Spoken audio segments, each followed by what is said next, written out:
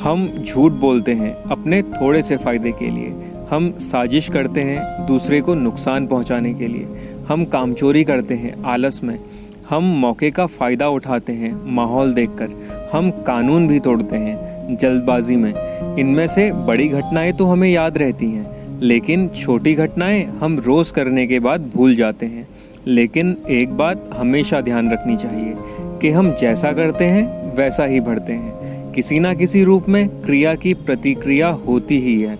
तो इसी को लेकर शुरू करते हैं आज की कहानी। एक शहर में बहुत धनवान सेठ की दुकान थी, जो शहर में सबसे अधिक चलती थी। उनकी दुकान पर हर तरह का सामान मिलता, इसलिए दुकान पर हर समय ग्राहकों की भीड़ लगी रहती। उस दुकान पर एक छोटा सा व्यापारी सेठ को मक्खन सप्लाई किया करता, जो कि एक गोल पेड़े के आकार का आता और हर पेड़े का वजन 1 किलोग्राम था। वो जितने पेड़े सेठ को देता, उसके बदले घर की ज़रूरत में आने वाली सामान जैसे चीनी, चावल, दाल आदि वो सप्लायर लेके जाता। ये सिलसिला सालों से चला आ रहा था और दोनों एक दूसरे पर पूरा भरोसा रखते थे। एक दिन वो व्यापारी उस सेठ को मक्खन के 50 पेड़े मतलब 50 किलोग्राम मक्खन देकर गया।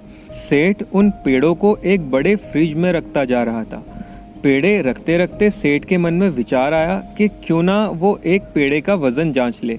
सेठ ने एक पेड़ा तराजू पर रखा, उसका वज़न 900 ग्राम निकला।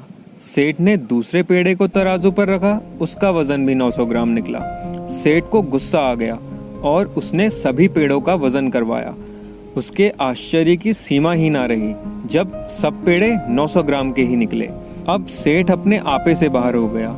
उसने तुरंत ही उस व्यापारी को बुलवाया और जैसे ही व्यापारी आया तो सेठ ने उसे पेड़ों का वजन करके दिखाया और खूब भला बुरा कहा। उस व्यापारी को कहा गया कि वह ईमानदार नहीं है और उसमें बेईमानी कूट कूट कर भरी हुई है, और उसे यह पाठ भी पढ़ाया गया कि व्यापारी को ईमानदार होना चाहिए।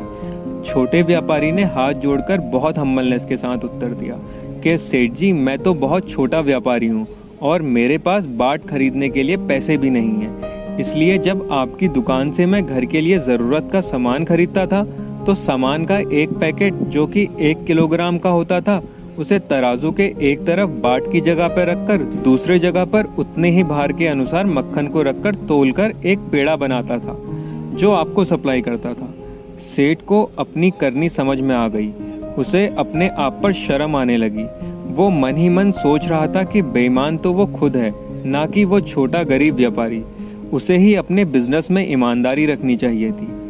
हमारा जीवन हमारी ही प्रतिध्वनि है, यानी हमारा ही ईको है। जो हम अच्छा या बुरा इस संसार को देते हैं, कुछ समय बाद वही हमारे पास आ जाता है। जो हम दूसरों को देंगे वही लौट कर आएगा, फिर चाहे इज्जत हो, सम्मान हो या फिर धोखा। जो हम देते हैं वही हमें मिल जाता है। इसी के साथ मैं हूं तनुज, मिलूंगा आपसे अगली वीडियो में, और ऐसे ही स्टोरीज़ के लिए मेरा चैनल ज़रूर सब्सक्राइब करें। धन्यवाद।